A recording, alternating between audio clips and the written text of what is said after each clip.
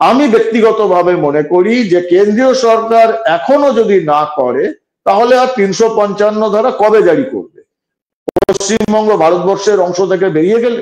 দেখুন, আফস্পা মানে হচ্ছে আর্ম ফোর্সেস স্পেশাল অ্যাক্ট। বহু হাজার হিন্দু তারা যে প্রাণে বেঁচে রয়েছে, এখনো তাদের ধর্ম এখনো রক্ষা পেয়ে রয়েছে, ওই অংশগুলো এখনো পাকিস্তান হয়ে যায়নি। তার জন্য নিশ্চিতভাবে আমি ধন্যবাদ জানাবো, একজন ভারতীয় হিসাবে আমি ধন্যবাদ জানাবো বিরোধী দলনেতা শুভেন্দু অধিকারীকে।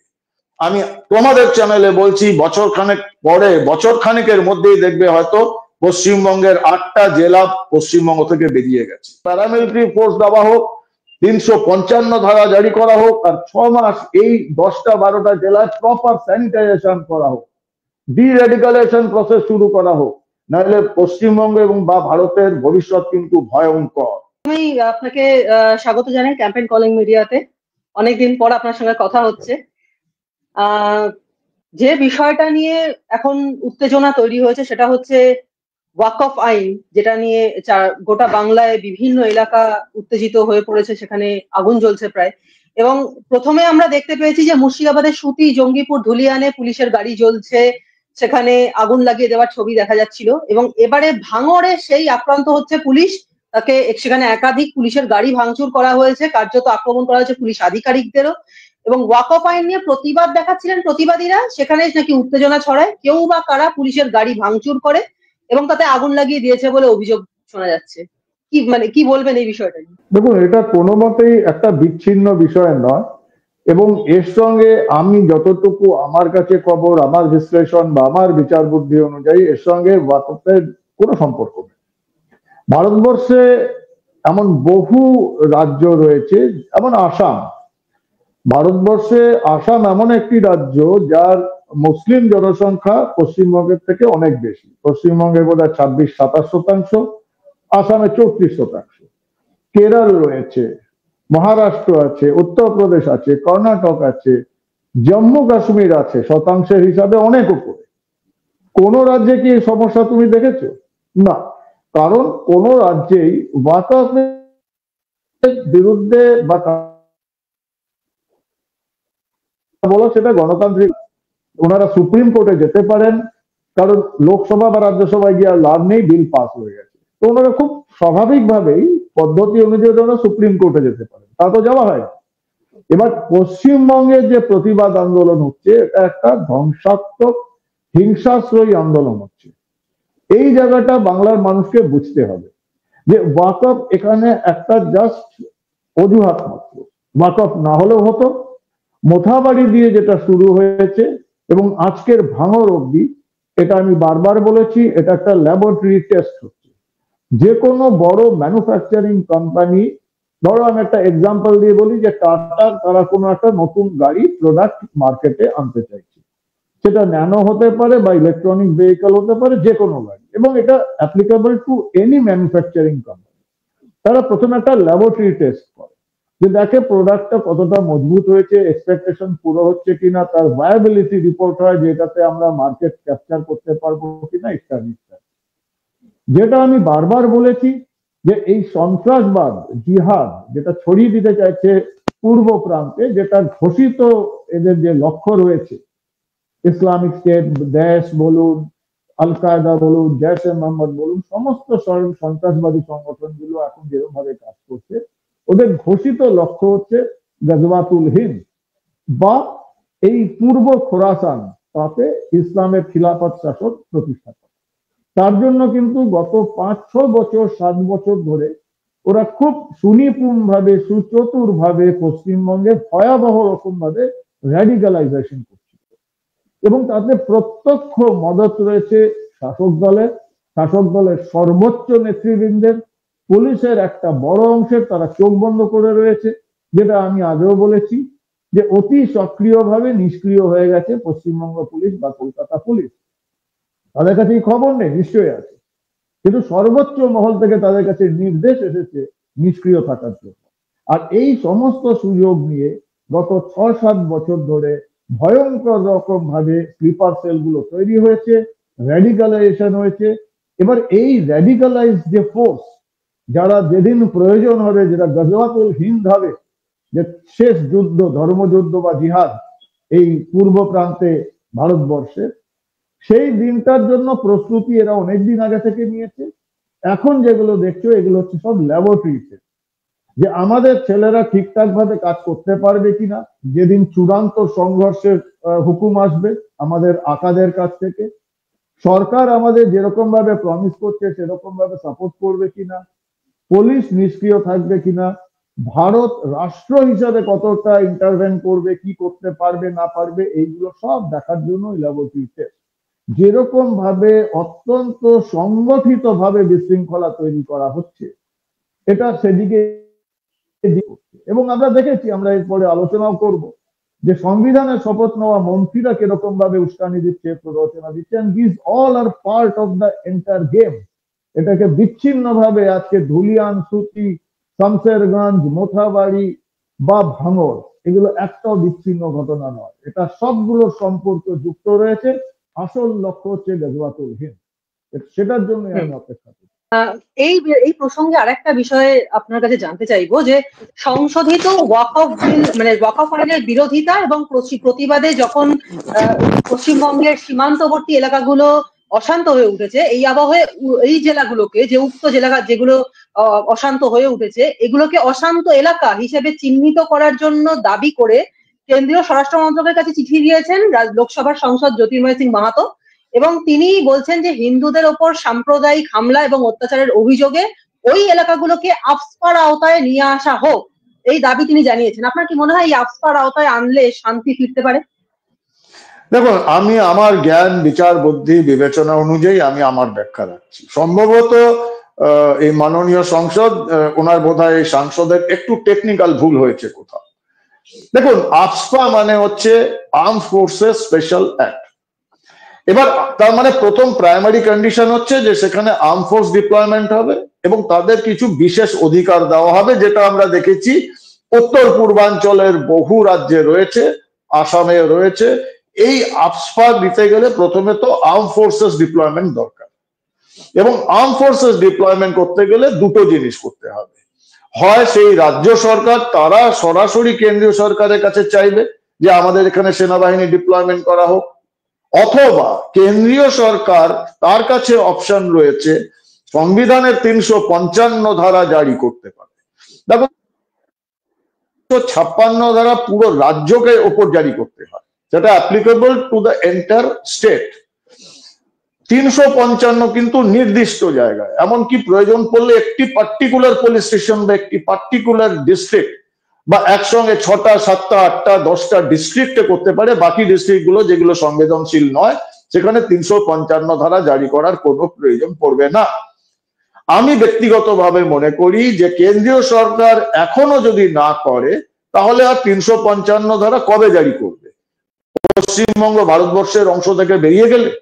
কারণ আমরা দেখেছি যে জসিমউদ্দিন রহমানি, আল কায়দার যে বাংলাদেশের চিফ, আনসারুল্লাহ বাংলা টিমের হেড, আজ থেকে 6 মাস আগে জসিমউদ্দিন রহমানির ভিডিও বাইট বেরিয়েছিল এবং সেই ভিডিও ভাইরাল হয়েছিল, যেখানে উনি বাংলার মুখ্যমন্ত্রীকে সরাসরি আহ্বান জানিয়েছেন যে আপনি খিলাফত শাসন প্রতিষ্ঠার জন্য, পূর্ব পাকিস্তান প্রতিষ্ঠার জন্য কোট আনকোট মিস্টার মোদির কুশাসনের রাজত্ব থেকে বেরিয়ে আসুন, আপনি আমাদের সঙ্গে যোগদান করুন এবং আমরা স্বাধীন খিলাফত শাসন জারি করব পশ্চিমবঙ্গকে নিয়ে। উত্তর পূর্বাঞ্চলকে আমরা কেটে নেব, চিকেন স্নেক আমরা কেটে নেব, এই জন্য তার জন্য আপনার সহযোগিতা দরকার, আপনি আমাদের সঙ্গে জয়েন করুন।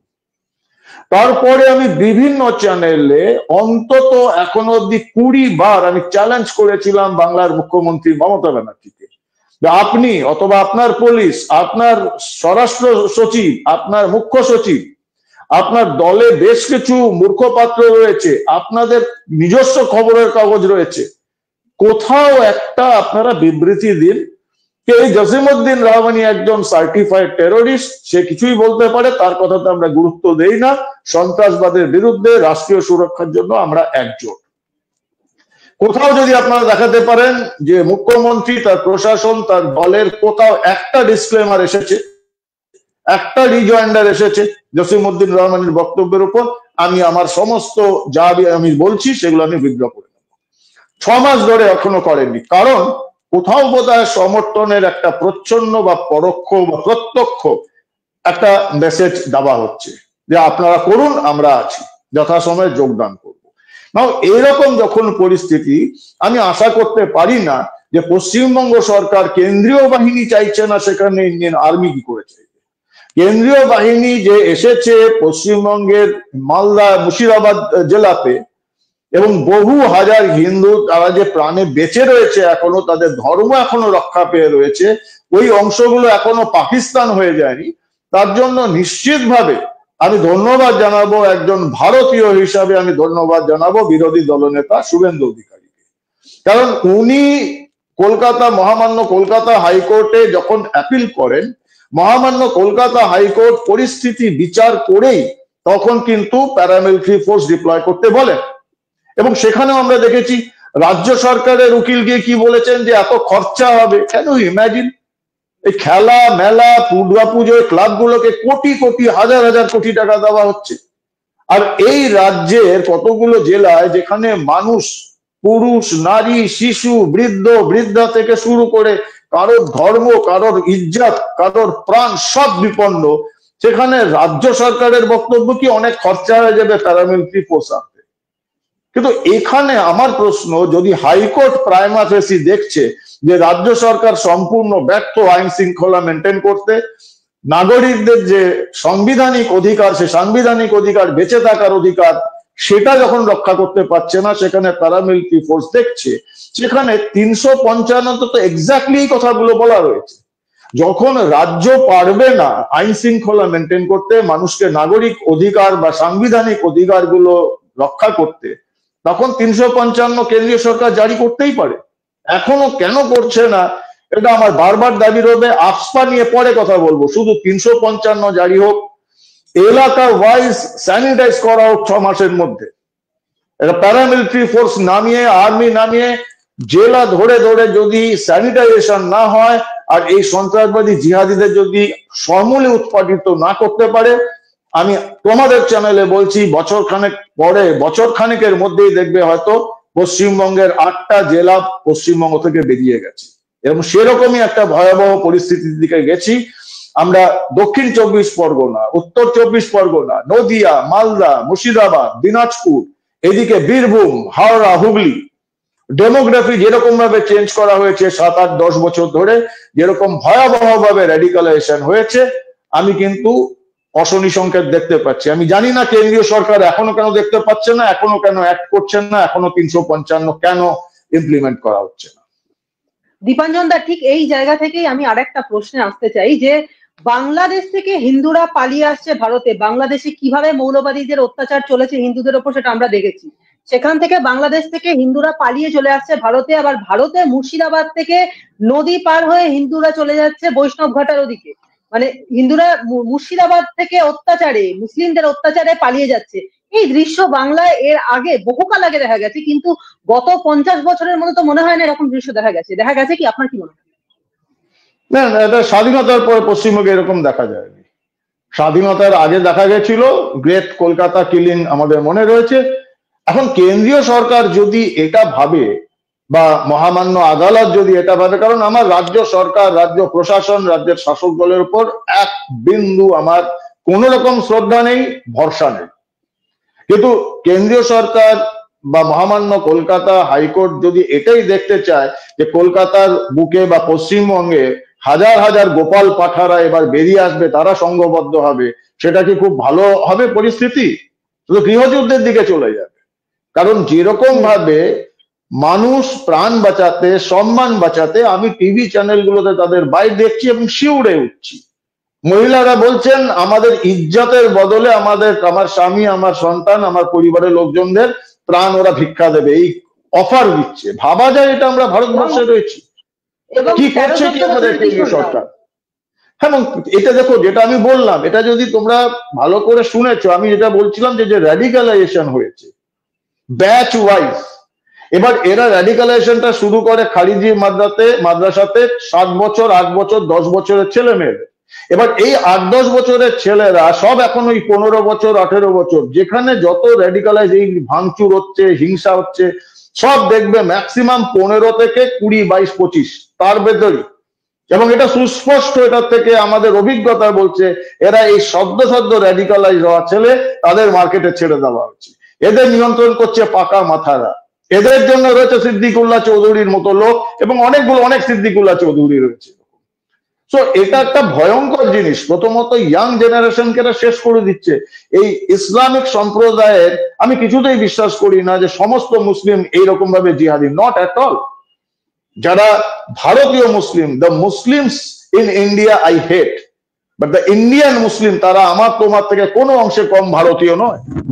কিন্তু এরা এই যে মুসলিমস ইন ইন্ডিয়া বানাচ্ছে, যারা ভারতের সুযোগ সুবিধা নিয়ে ভারতকে দ্বিখণ্ডিত করবে, ধর্মের ভিত্তিতে রক্তস্নাত করাবে, গাজওয়াতুল হিন্দের স্বপ্ন দেখবে, তাদের বানাতে দিচ্ছে কারা?